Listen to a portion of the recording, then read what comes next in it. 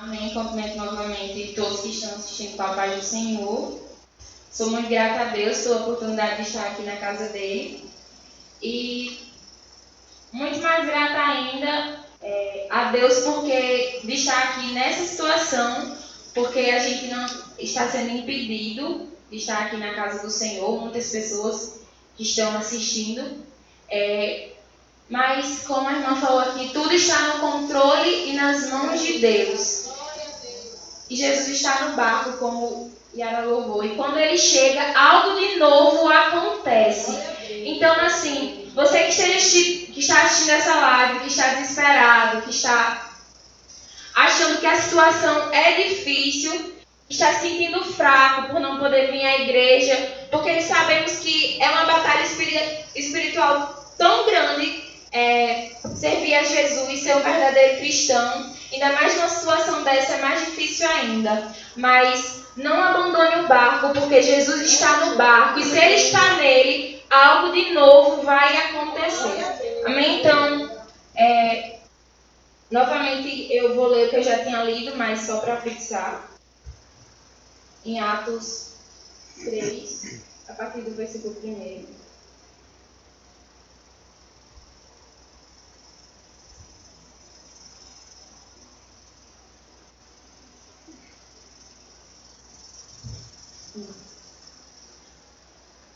Pedro e João subiam juntos ao templo, à hora da oração, a nona, e trazendo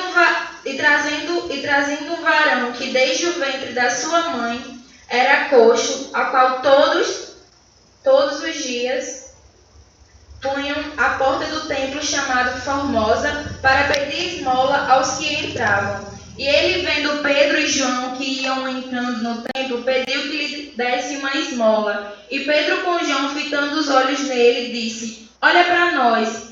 E olhou para eles, esperando receber alguma coisa. E disse Pedro: Não tenho prata nem ouro, mas o que tenho, isso te dou. Em nome de Jesus Cristo, o Nazareno, levanta-te e anda. E tomando-o pela mão direita, o levantou, e logo seus pés e tornozelos se firmaram. E saltando ele, pôs-se em pé, e andou e entrou com eles no templo, andando e saltando e louvando a Deus.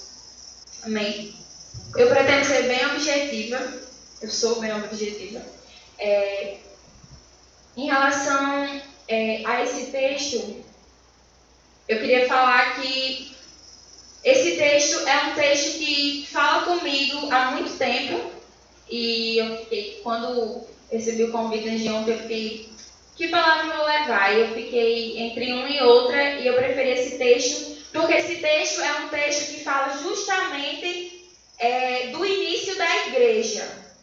O primeiro capítulo de Atos vai falar da ascensão de Jesus. E o primeiro capítulo de Atos vai dizer que Jesus passou 40 dias após a ressurreição, instruindo os discípulos a respeito do reino de Deus. Ou seja, Jesus após a morte e a ressurreição, ele passou 40 dias com seus discípulos falando de coisas espirituais do reino de Deus.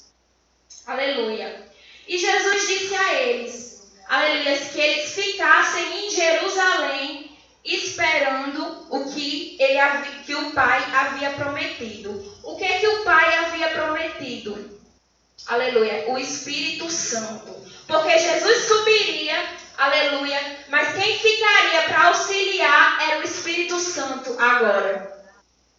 Aleluia, e quando Jesus fala isso, Jesus diz: ficai em Jerusalém. Não saia de Jerusalém para esperar o tempo, porque em poucos dias isso vai acontecer. Ou seja, Jesus instruiu para que eles pudessem receber aquele poder do Espírito Santo. Porque antes de Jesus, aleluia, fazer qualquer coisa, dar qualquer coisa, aleluia, para nós, algo que seja tão grandioso e transformador, ele vai nos instruir primeiro. Ele vai nos preparar primeiro. E é tanto que aqueles discípulos precisavam disso, que teve um que perguntou: Senhor, quando é que o Senhor vai restaurar Jerusalém? Ou seja, eles estavam preocupados com o tempo. Enquanto Jesus estava tendo uma conversa 100% espiritual, eles estavam preocupados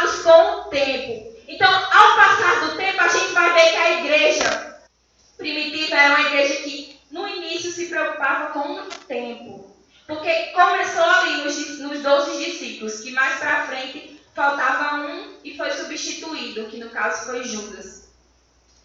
Então, o que eu acho mais interessante, irmão, é que a gente tem que se voltar para as coisas espirituais, principalmente nesse momento. Porque muitas vezes a gente está perguntando, quando é que isso vai acabar? Quando é que isso vai voltar à normalidade? E esquece como é que está a nossa vida espiritual. E esquece que isso aí é para nos preparar para a volta de Jesus. E esquece que muitas vezes precisamos, aleluia, esperar o tempo e onde o Senhor determinou. Porque o lugar é em Jerusalém. Ou seja, não podia ser em outro lugar, tinha que ser em Jerusalém, aleluia. Por quê? Porque Jerusalém era o lugar que Jesus queria que os discípulos iniciassem, aleluia, a igreja.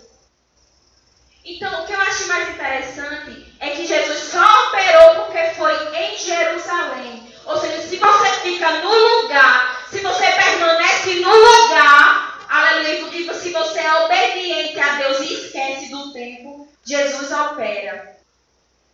Em Atos 2, o mais interessante é que após tudo isso que Jesus subiu e o que realmente aconteceu, os discípulos obedeceram de fato e ficaram lá. O que eu acho interessante é porque os discípulos eles obedeceram. Porque, diga aí, você não saber o que vai acontecer, porque eles sabiam que ia descer o Espírito Santo, mas eles não sabiam o que era aquilo, o que era sentir aquela presença, o que era ter outra visão, aleluia, o que era ser espiritual, aleluia. Eles não sabiam, aleluia, mas eles ficaram lá e esperaram. Eles tinham a ideia de que eles iam ser julgados, porque era algo novo falar sobre Jesus para pessoas que não conheciam. Era algo totalmente novo você chegar para uma pessoa que não conhece, aleluia, determinada coisa e você dizer, e você falar daquela coisa e aquela pessoa aceitar Jesus. Geralmente, aquela pessoa aceita não só quando você fala, mas quando ela sente algo diferente, quando ela é transformada por dentro. Aleluia. Foi preciso, em Atos, muitas pessoas se converteram,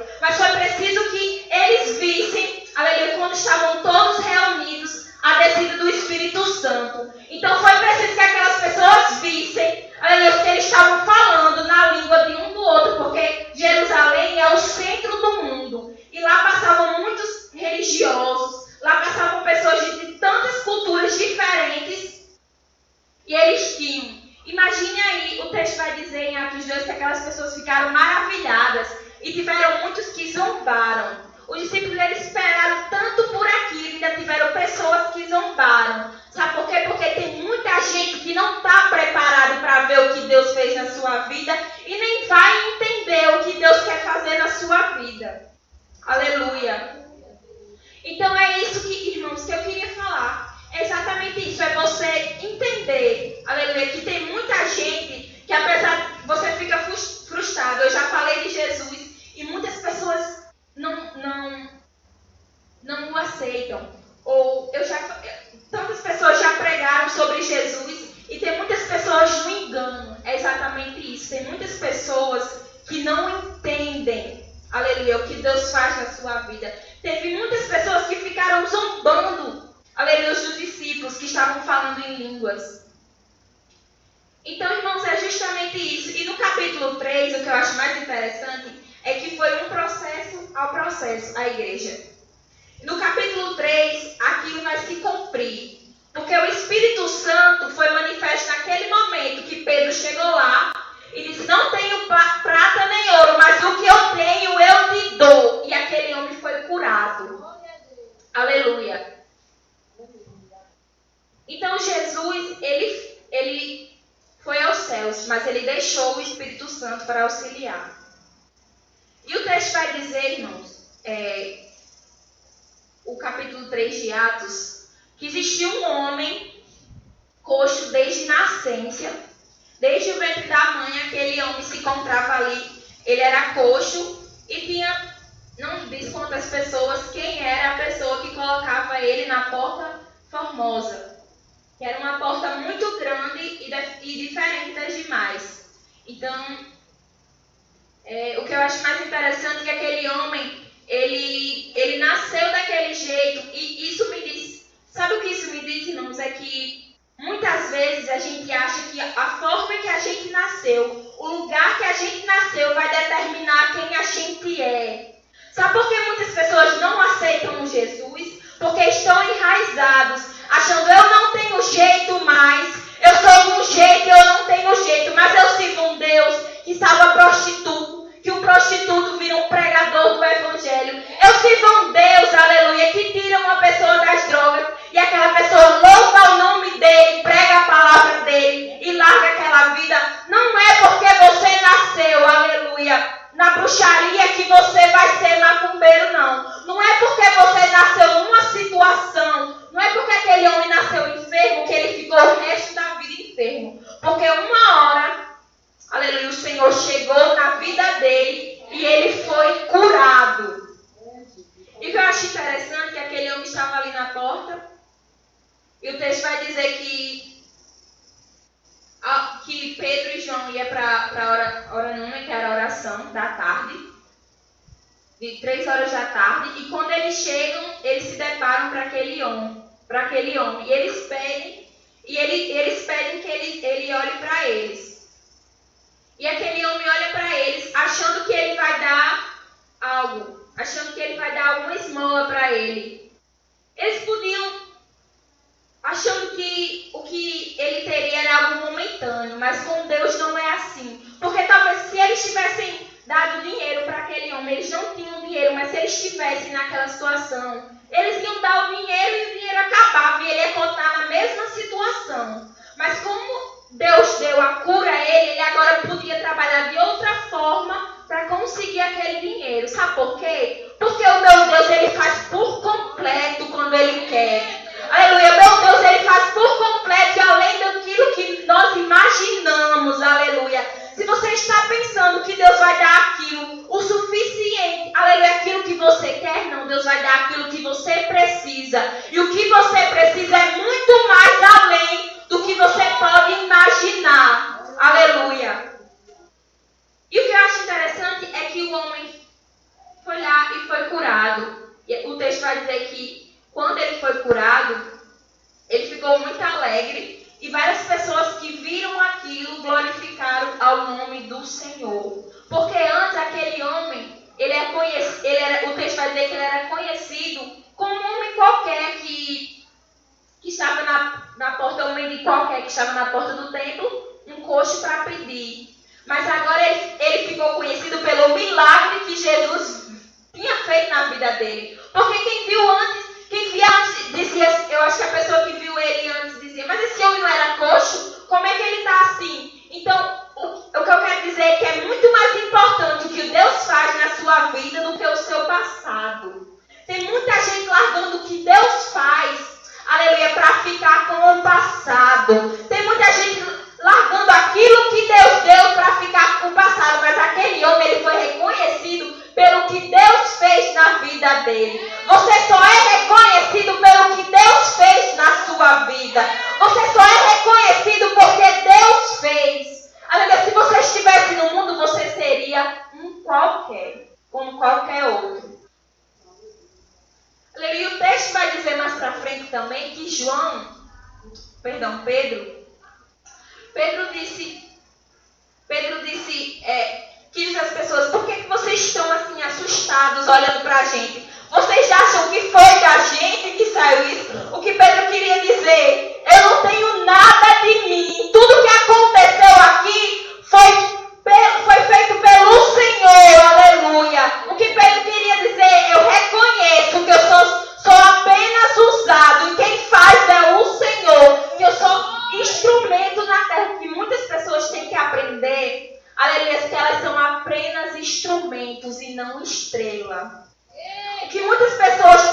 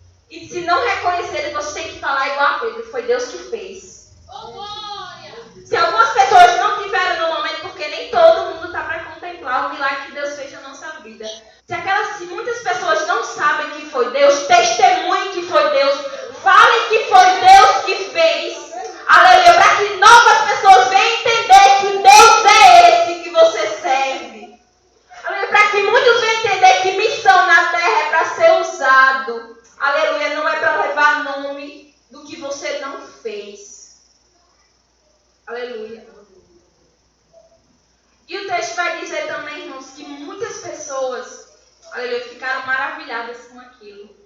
E Pedro lembrou aquelas pessoas o que elas fizeram com Jesus. Porque muitas vezes, para uma pessoa entender quem é Deus, ela precisa lembrar, aleluia, o que foi que Jesus fez por nós. Aleluia, o que foi que Jesus faz por nós até hoje. Porque Jesus, ele é tão misericordioso que não foi só a salvação. Aleluia, a misericórdia dele é todo dia conosco e é constante para conosco. Ele é o nosso advogado. É ele que quando a gente está precisando de alguma coisa, ele vai até o Pai. Aleluia. O Espírito Santo chega, vai até o Pai e diz: Pai, ela está precisando de tal coisa. Ela está dizendo isso porque ela está triste. Quando a gente fala uma besteira, é o Espírito Santo que nos justifica. É Deus que nos justifica, irmãos. Aleluia, Jesus. Então, irmãos, é isso que eu queria falar, aleluia, da parte do Senhor, para vocês que estão assistindo. E que eu queria falar que vocês venham entender que, aleluia, que tudo é permissão de Deus, que foi necessário, aleluia, aqueles discípulos serem instruídos por Deus, para eles entenderem, aleluia, para eles receberem algo da parte de Deus. Aleluia, se a gente quer passar por essa quarentena bem, a gente tem que buscar mais edificação espiritual. A gente tem que, porque muita gente, aleluia, quer receber bênçãos e não se edifica espiritualmente. Não está preparado e quando recebe, cai. Mas o nosso Deus é tão maravilhoso, aleluia, que Ele ainda nos instrui e nos alerta do que está errado. Então, não atente para o tempo que essas coisas estão acontecendo. Atente para Deus. Porque quando a gente olha para o tamanho do problema, a gente esquece o Deus que serve. Amém. Então, fique com essas palavras. É isso que eu agradeço a Deus pela oportunidade. Amém.